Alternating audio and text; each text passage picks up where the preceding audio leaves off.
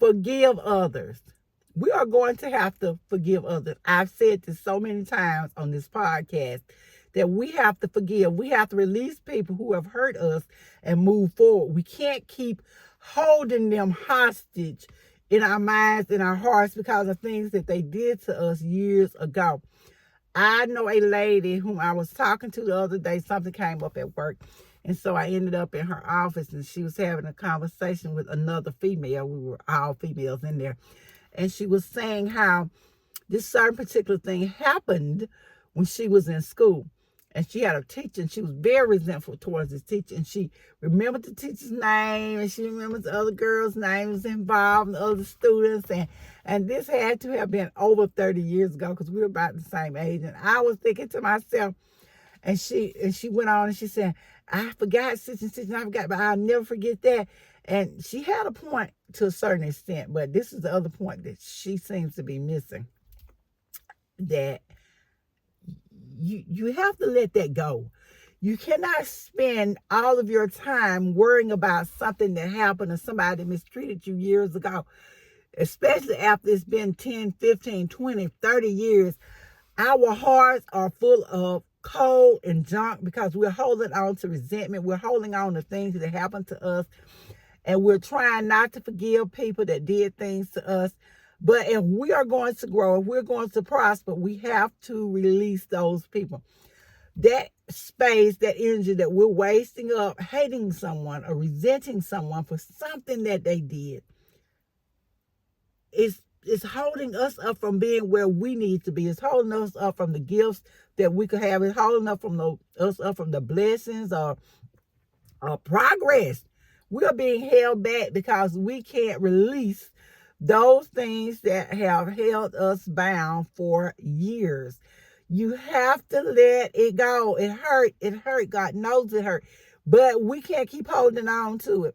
We're holding it so close to our hearts, and we just got ourselves wrapped up in our emotions. And every time we see that person, every time something comes up, we think back to that, or we react to situations because of what happened to us. But we have to let it go. The same lady, I don't know what happened in this incident, but she is so convinced that because she is a woman, she has to struggle harder. And yes, it is true, as a woman, especially an African-American woman, we do have it harder. Things are not as easy for us as they are for some other people, but that does not mean that every time a person asks a man something and not you, that they're preferring the man over you. She got mad with me about something. I asked this guy, and she called me on the phone. She jumped up and called me on the phone. Why didn't you call me? You called so-and-so. You called him. And I knew then she was speaking from a place of hurt, speaking from a place of anger about something that happened eons ago. We got to move past that, ladies, and I'm not just talking about her.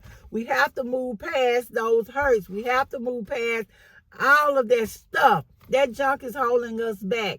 Another lady, for instance, she was a teacher years ago, and we had a guy that came to work, and she said, "Ooh, I know he ain't about nothing. This guy is an adult. He's got to be close to 30. And I was like, really? She said, yeah, I had him when he was in the first grade, and he was an awful little something then, and I know he's awful now. And she was talking about all these things he did as a first grader, And I'm like, okay, we do have personalities in first grade. Yes, trust me, children do. But there is no way this guy is the same guy that he was when he was in the first grade. There has been years since he was in the first grade. He said life experiences since he was in the first grade. You've had life experiences since you were in the first grade. Our personalities are not completely formed in the first grade. I promise you, I'm definitely not the same person now that I was in the first grade. I'm not the same person now that I was last year. I'm not the same person that I was 5 years ago.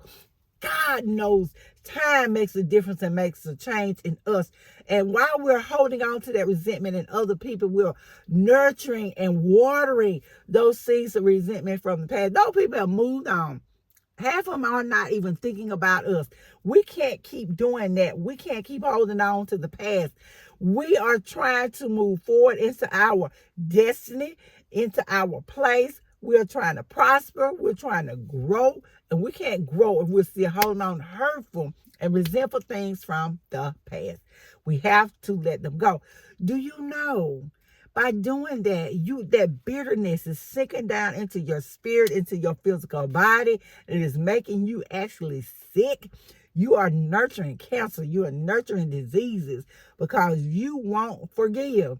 Because you holding all that anger and all those things on the inside. You have to let them go. You have to let those people go. And it may be an unconscious thing that you're doing. Maybe you're not even conscious of the fact that you're holding this.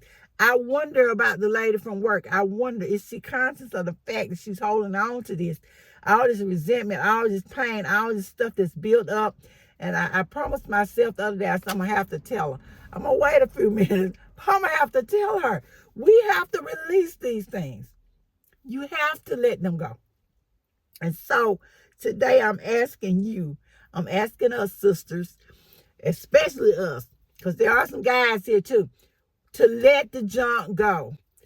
And one of the ways you can do that is by consciously taking a journal, taking your little notepad, and start writing down the people you need to forgive, why you need to forgive them, and release that stuff. It hurts. Yes, it hurts. And maybe you need to have your boo-hoo session in your car or in your bedroom or your bathroom or your wherever your sanctuary is.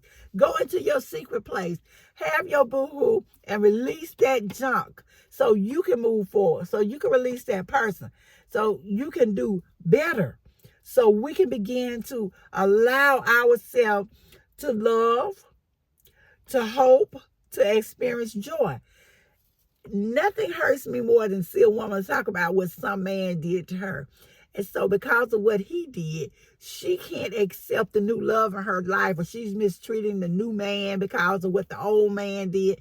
And so she's ruining her marriage, and she's ruining her relationship. She's ruining her whatever because she's thinking about what the other person did, and she's just not going to let that happen to her again. I get it. Being vulnerable is scary. It is scary, and sometimes it hurts, but we have to move past those things, and that's a part of the forgiveness process. So maybe you need to start a forgiveness journal this year. Whatever you need to do, you do it.